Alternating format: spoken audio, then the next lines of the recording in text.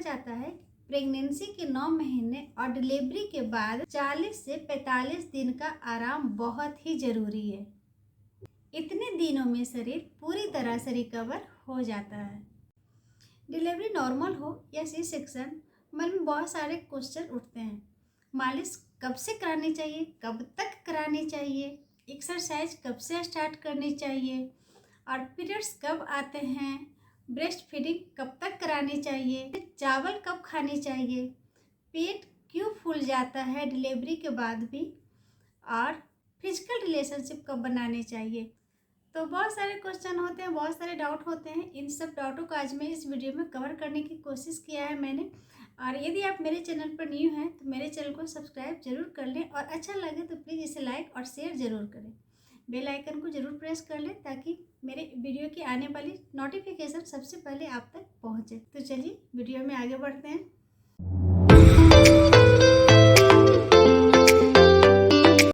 तो मैं बात कर रही हूँ डिलीवरी की।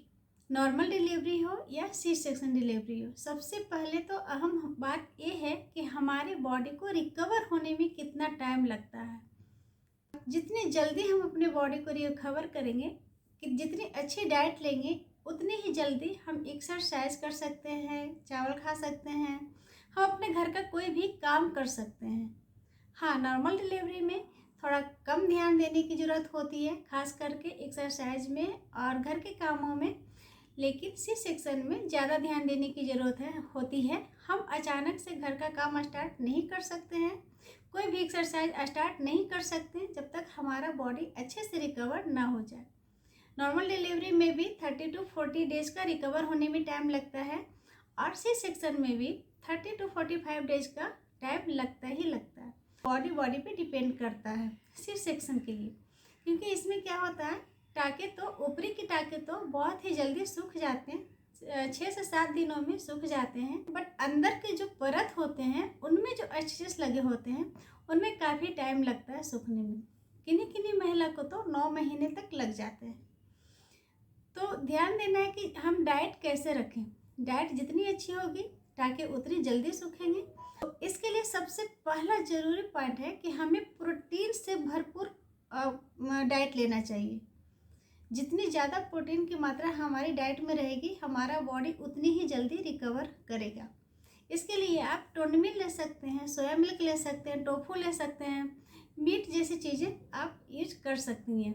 ये हो गया बॉडी का रिकवर करने के लिए। सेकेंड पॉइंट अगर हम देखें तो एक्सरसाइज करने के लिए कम से कम 3 महीने का वेट आपको करना ही चाहिए, कम से कम 3 महीने।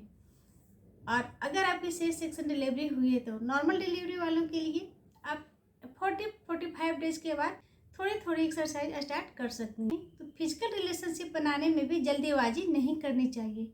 इसमें भी 30 से 45 डेज का गैप होना बहुत ही ज़रूरी है, क्योंकि हमारा बॉडी बहुत ही वीक हो जाता है। पूरे 9 महीने की प्रेगनेंसी पीरियड और डिलीवरी के बाद हमारा बॉडी रिकवर अच्छी तरह से नहीं हो पाता है, बॉडी वीक रहता है। तो रिलेशनशिप यहाँ पे बनाना मना होता है, खास करके 45 डेज तक। सबसे अहम पॉइंट है कि डिलीवरी के बाद, सी सेक्शन के बाद हम कैसे सोएं ताकि हमारा स्टिचेस जल्दी से सूख जाए, उस पर दबाव न पड़े, वो पके नहीं। इन बातों का ध्यान रखना बहुत ही ज़रूरी होता है। तो हमें सबसे पहले डॉक्टर स्टार्टिंग में जब सी सेक्शन जब करती है डॉक्टर, तो उसी समय कुछ एहतियात बरतने की सलाह दे देती है कि आपको हमेशा पीठ के बल ही सोना है, पैर को मोड़ना नहीं है, पैर को फैलाकर सीधा करके ही रखना है। इवन आपको पिलो भी नहीं लेना है। जब तक आपके टाँके की पट्टियाँ नहीं खुलती हैं तब तक आपको पिलो नहीं लेना है। अगर ले भी तो हल्के फुल्के कपड़े का परत बना करके अपने सर के नीचे रख सकती हैं। ज़्यादा ऊंचा पिलो नहीं यहाँ पे यूज करना है, इससे टाँकों पे दबाव आएगा। और यहाँ तक डॉक्टर ने मेरे केसेस में बोला था कि अगर पिलो लेती हो तो सर में दर्द की समस्या, प्रॉब्लम स्टार्ट हो जाएगी, जो हमेशा तक रह सकती है, ख़त्म नहीं होने वाली है। तो डॉक्टर उस समय कुछ एहतियात बरतने के लिए बता देती है। तो आप यहाँ पे पिलो नहीं लें और पैर को हमेशा सीधा करके रखें और पीठ के बल सोएं। ये तो होता है हॉस्पिटल में।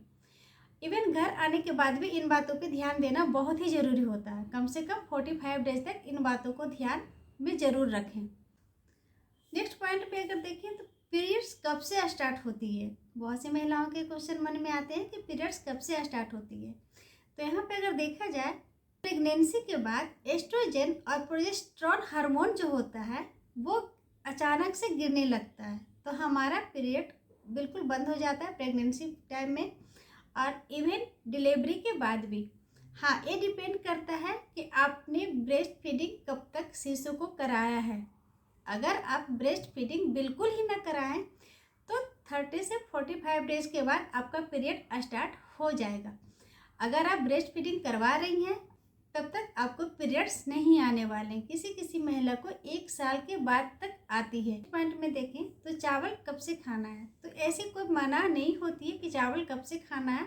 हाँ, जो भी मात्रा खाएं थोड़ी थोड़ी में मात्रा में खाएं, क्योंकि अचानक से इसी बात यहीं पे ध्यान देने की होती है कि अगर हम भर थाली भर पेट अगर खाते हैं तो उसी समय पेट निकलने का किन्हीं किन्हीं महिलाओं का देखते होंगे कि सी सेक्शन के बाद उनका पेट काफ़ी निकला होता है, जो कितने भी एक्सरसाइज करने के बाद वो अंदर नहीं जाता है। तो यहाँ पे बात वही ध्यान देने की है कि हमें पूरे ओवर नहीं खाना, पेट भर कदम नहीं खाना। हाँ, थोड़ी थोड़ी मात्रा में और थोड़ी थोड़ी देर में खाएं तो अच्छा है। और चावल की खिचड़ी आप खा सकती हैं, डायरेक्ट चावल लेने में भी कोई मना नहीं है, लेकिन हाँ 15 डेज के बाद आप थोड़ी थोड़ा स्टार्ट कर सकते हैं। मैंने तो 1 वीक के बाद ही स्टार्ट कर दिया था, मुझे तो ऐसी कोई प्रॉब्लम नहीं हुई है, पेट बिल्कुल भी मेरा नहीं निकला है। तो चावल खाने में ऐसी कोई मना नहीं है। हाँ, क्वांटिटी कम रखें। नेक्स्ट पॉइंट में देखें तो मालिश कब से स्टार्ट करें, तो इसमें सी सेक्शन के बाद 3 दिन तक मालिश बिल्कुल भी ना करें, क्योंकि यहाँ तो डॉक्टर ही मना करती है, उठने बैठने में आपको थोड़ा दिक्कत होता है। तो 3 से 4 दिनों के बाद आप थोड़ी थोड़ी पैरों में, पेट में, हाथों में, इन सब जगह आप मालिश करवा सकती हैं। और मालिश सरसों तेल की, ऑलिव ऑयल या फिर कोकोनट ऑयल, जो भी पसंद हो उस तेल से अपनी मालिश करवा सकती हैं। और मालिश बहुत ही ज़रूरी है। कितने दिनों तक करनी है, कम से कम 45 डेज तक ज़रूर मालिश करवाएं। इससे आपको फ्यूचर में कमर दर्द और पैर दर्द की समस्या नहीं होगी। इन बातों का बहुत ही ज़रूर ध्यान रखना है। नेक्स्ट है कि आप नहाना कब से है। 3 दिन के बाद आप स्टार्ट कर सकती हैं नहाना। जब आप घर वापस आ जाएं, हॉस्पिटल से आप जब घर वापस आ जाएं तो आप नहाना स्टार्ट कर सकती हैं। पट्टियाँ चेंज कर देती हैं डॉक्टर, तो आप वहाँ पे पॉलीथीन लगा करके, ऐसे तो वाटर प्रूफ आजकल पट्टियाँ आ रही हैं, तो उस तरह के अगर डॉक्टर आपको लगा देती है तो नहाने में कोई भी दिक्कत नहीं है, आप बिल्कुल भी नहा सकती हैं। 7 डेज़ के बाद तो आप बिल्कुल ही नहा सकती हैं, क्योंकि पट्टियाँ बिल्कुल तरह से हट जाती है, टाँके कट जाती हैं, तो आप नहा सकते हैं। हाँ, जहाँ पे स्टिचेस लगे वहाँ पे अच्छी तरह से ड्राई करना ना भूलें।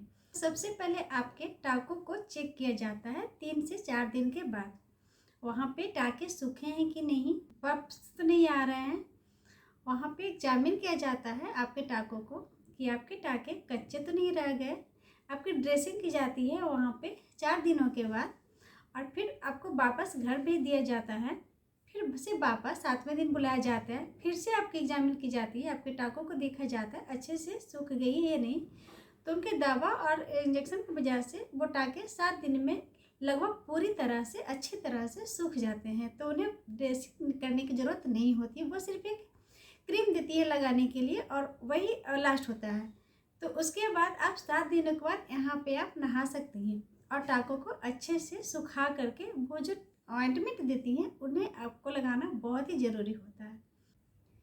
तो ये थे कुछ इम्पॉर्टेंट्स बातें सिजेरियन के बाद।